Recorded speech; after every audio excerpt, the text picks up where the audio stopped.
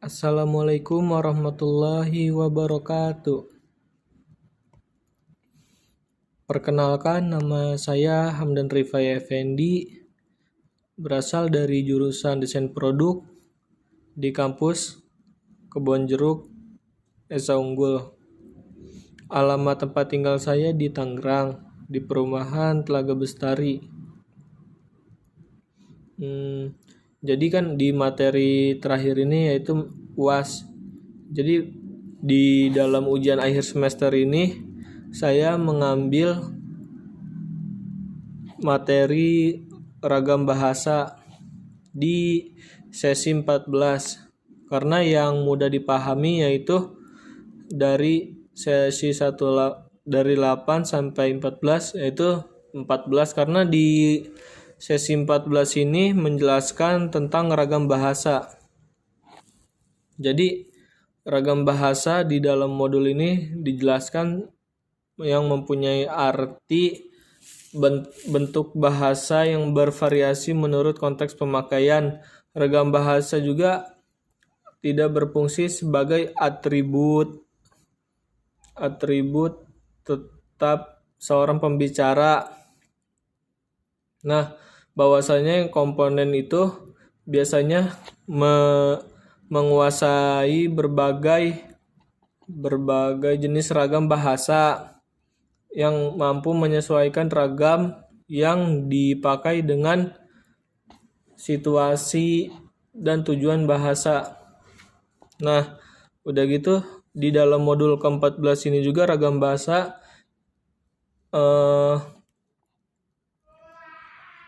diartikan sebagai suatu ungkapan yang mengandung maksud untuk menyampaikan sesuatu kepada orang lain. Nah, di dalam modul 14 juga di materi ragam bahasa ini memberikan jenis-jenis ragam bahasa. Nah, jenis ragam bahasanya itu misalnya kayak ini ada ragam bahasa yang dilihat dari penuturnya. Penuturnya itu contohnya itu bahasa yang formal. Jadi sering digunakan dalam secara resmi seperti pelantikan, rapat, dan lain-lain. Misalnya kan kayak di kantor kita ada rapat tuh, pasti kan ngomongin sesuatu atau tujuan. Nah, jadi awalnya itu kayak misalnya pelantikan bahasanya itu menggunakan bahasa yang formal. Nah, itu dari contoh dari ragam bahasa yang dinilai secara penuturnya. Setelah itu ada juga kelebihan ragam bahasa tulis. Pada modul sesi ke-14 ini dijelaskan juga tentang kelebihan dan kekurangan dari ragam bahasa tulis. Misalnya kan tentang ragam bahasa tulis itu contohnya kelebihan ragamnya itu informasi yang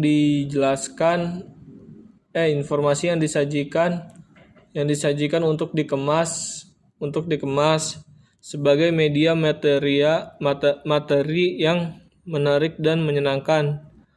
Umumnya memiliki kedekatan budaya dengan kehidupan masyarakat.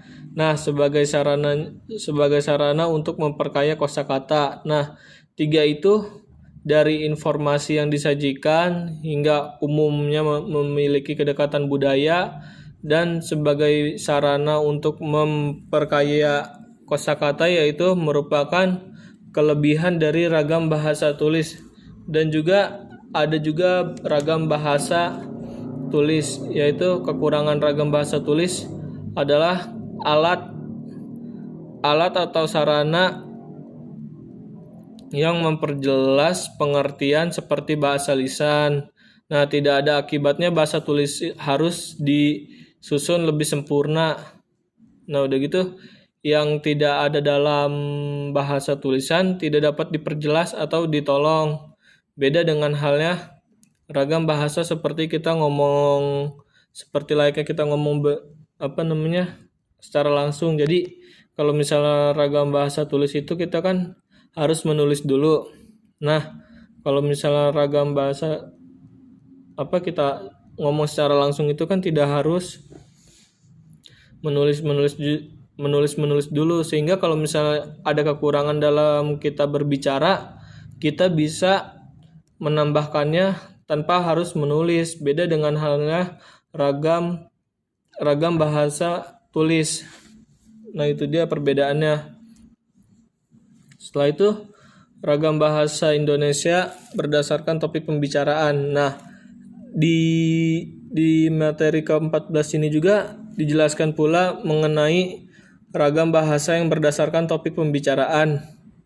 Ragam bahasa berdasarkan topik pembicaraan yaitu terdiri dari ragam politik, ragam hukum, ragam sosial dan fungsionalnya, dan juga ada ragam jurnalistik serta ragam sastra.